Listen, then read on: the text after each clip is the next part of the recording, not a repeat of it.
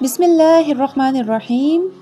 تمام معزز دوست جس وقت میری ویڈیو دیکھ رہے ہیں ان کو دل کی گہرائیوں سے السلام علیکم۔ امید ہے آپ سب خیریت سے ہوں گے۔ آج کی ویڈیو میں ہم حضرت لوط علیہ السلام کی قوم کے بارے میں معلومات جانیں گے۔ حضرت لوط علیہ السلام کی قوم کا ذکر قرآن کریم میں کافی بار آیا ہے، جن میں سے کچھ کا میں بتاتی چلوں۔ سورہ ہود آیت نمبر 77 till 83، سورہ الشعراء آیت نمبر 160 till 175، سورہ الاعراف آیت نمبر 80 to 84 میں اس قوم کا ذکر ہے۔ تاریخ کے مطالعے سے پتہ چلتا ہے کہ اردن، شام اور اسرائیل کے درمیان ایک علاقہ تھا جو کہ انتہائی زرخیز اور مدہ میدان تھا۔ اس علاقے میں ایک زرتوم کے نام سے مشہور شہر آباد تھا، جس کی بستیاں نہایت ہی زرسبز و شاداب، طرح طرح کے اناج اور قسم قسم کے پھل اور میوے بکثرت پیدا ہوتے۔ شہر کی خوشحالی کی وجہ سے کئی لوگ مہمان بن کر اس شہر میں آ جاتے اور شہر کے لوگوں کو ان کی مہمان نوازی کا بار اٹھانا پڑتا۔ شہر کے لوگ مہمانوں کے حد درجہ آمد سے بہت ہی تنگ آ چکے تھے۔ ان کے مہمان نوازی سے اکتاہٹ اور بیزاری کو دیکھتے ہوئے شیطان کو موقع مل گیا اور اس نے ایک ایسا گھناؤنا کھیل کھیلا کہ جس کی مثال ماضی میں نہیں ملتی۔ ابلیس ایک بوڑھے کی صورت میں نمودار ہوا اور لوگوں سے کہا، اگر تم لوگ مہمانوں کی آمد سے نجات چاہتے ہو تو اگر کوئی مہمان تمہاری بستی میں آئے تو تم لوگ زبردستی اس کے ساتھ بدفعلی کرو، اور اس طرح ان لوگوں میں فعل بد شیطان نے پیدا کر دیا۔ پھر رفتہ رفتہ وہ لوگ اس برے کام کے اس قدر عادی ہو گئے کہ عورتوں کو چھوڑ دیا کرتے تھے۔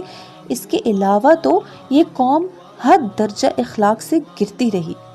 یہ لوگ مسافروں کو لوٹ لیتے، سرے عام دھوکہ بازی کرتے اور یہ کام فخریہ انداز میں کرتے۔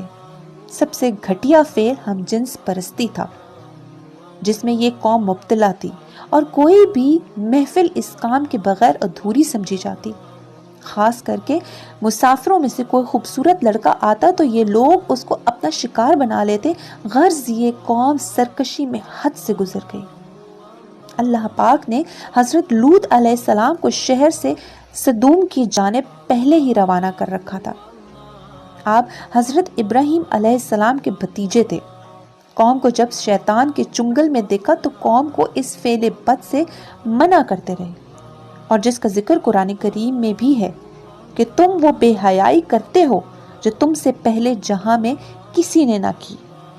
تم تو مردوں کے پاس جاتے ہو اور عورتوں کو چھوڑ کر، اور تم کر حد سے گزر چکے ہو۔ حضرت لوط علیہ السلام کی یہ اصلاحی باتیں سن کر قوم نے بڑی بے باکی اور بے حیائی کے ساتھ جو کچھ کہا وہ قرآن کریم کی سورہ الاعراف میں مذکور ہے کہ اس کی قوم کا کچھ جواب نہ تھا مگر یہی کہنا کہ ان لوگوں کو اپنی بستی سے نکال دو۔ یہ لوگ تو پاکیزگی چاہتے ہیں، لیکن حضرت لوط علیہ السلام نے دل جمی کے ساتھ تبلیغ جاری رکھی اور آپ کی محنت کی وجہ سے کافی لوگ ایمان لے آئے، لیکن اکثریت ابھی بھی منکرین میں سے تھی۔ اس برائی میں حضرت لوط علیہ السلام کی بیوی بھی مبتلا تھی۔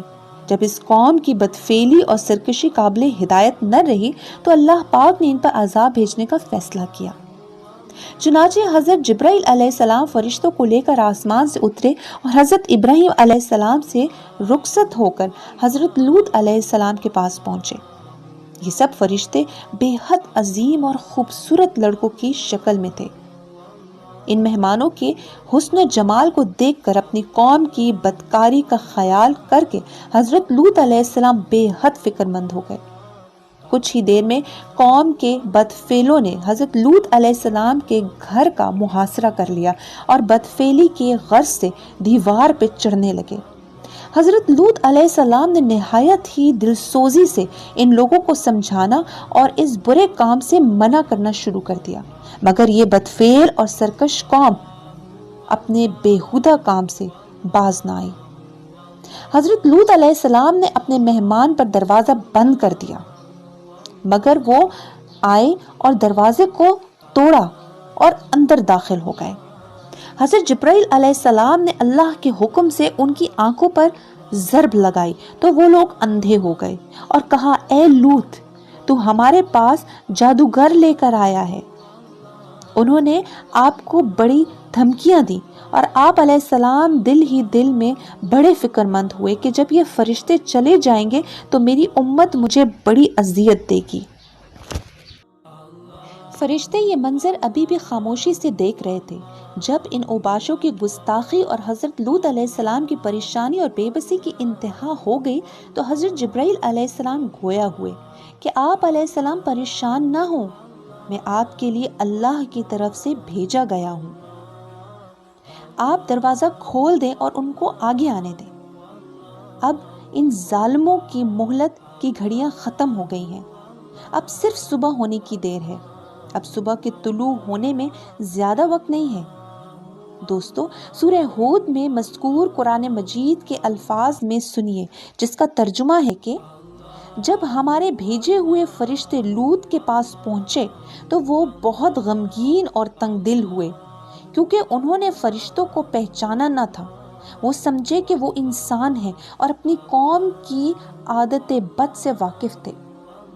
لوط کہنے لگے کہ آج کا دن بڑی مصیبت کا ہے، اور ان مہمانوں کی خبر پاتے ہی ان کی قوم اپنی بری عادت سے مجبور ہو کر ان کے گھر کی طرف بے اختیار دوڑی ہوئی آئی۔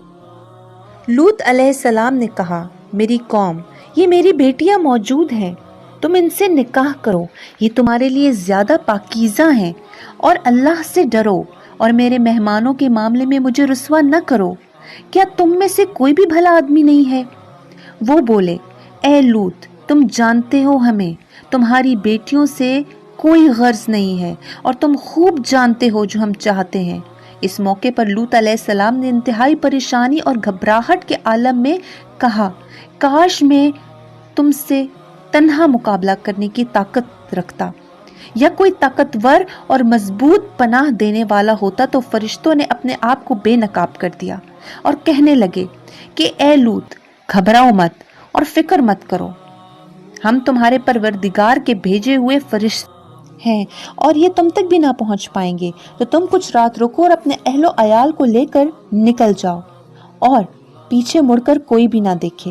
بے شک اس قوم پہ وہ عذاب پہنچ کر رہے گا جو ان پر پہنچنا ہے، بے شک ان کی تباہی کے لیے صبح کا وقت مقرر ہے۔ پھر جب ہمارا حکم پہنچا تو ہم نے ان کی بستی کو الٹ پلٹ کر دیا۔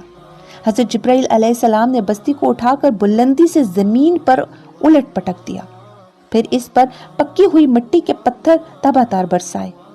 ہر پتھر اللہ کی طرف سے نامزد کیا ہوا تھا، اور یہ بستی اسی کچھ دور ہی مکہ سے شام کی طرف سفر کرتے ہوئے رستے میں پڑتی ہے۔ حضرت لوط علیہ السلام نے اللہ کے حکم سے گھر والوں اور مومنین کو لے کر بستی سے باہر نکل گئے۔ پھر حضرت جبرائیل علیہ السلام نے اس شہر کے 5 بستیوں کو اپنے پروں پر اٹھا کر آسمان کی طرف بلند کیا اور کچھ اوپر جا کر ان بستیوں کو الٹ دیا۔ یہ آبادیاں زمین پر گر کر چکنا چور ہو کر بکھر گئیں۔ پھر کنکر کے پہاڑوں کا ایک می برسا، وہ اس قدر زور سے سنگبری ہوئی کہ قوم لوط کے تمام لوگ مر گئے اور ان کی لاشیں ٹکڑے ٹکڑے ہو کر بکھر گئیں۔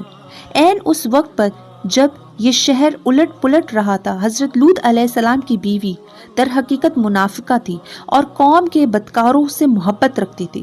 اس نے پیچھے مڑ کر دیکھ لیا اور یہ کہا کہ ہائے میری قوم، یہ کہہ کر وہ کھڑی ہو گئی۔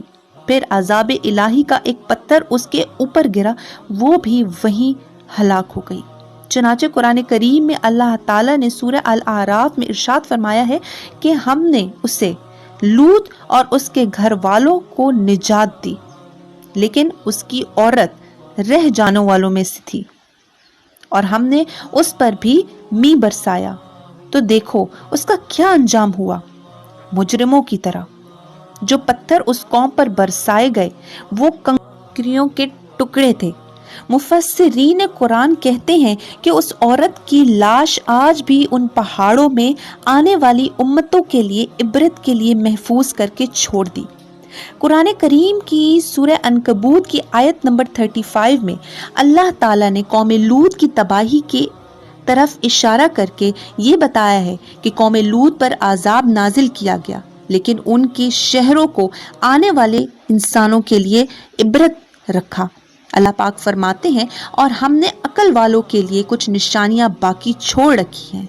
ناظرین، اس حقیقت سے کچھ نکات ضرور ثابت ہوتے ہیں کہ جو اللہ کی نافرمانی کرے گا وہ اللہ کے عذاب کا ضرور حقدار بنے گا، اور کسی ایک کی نیکی دوسرے کے کام نہ آ سکے گی، یہاں تک کہ انبیاء بھی اللہ کے فیصلے کے آگے بے بس ہیں۔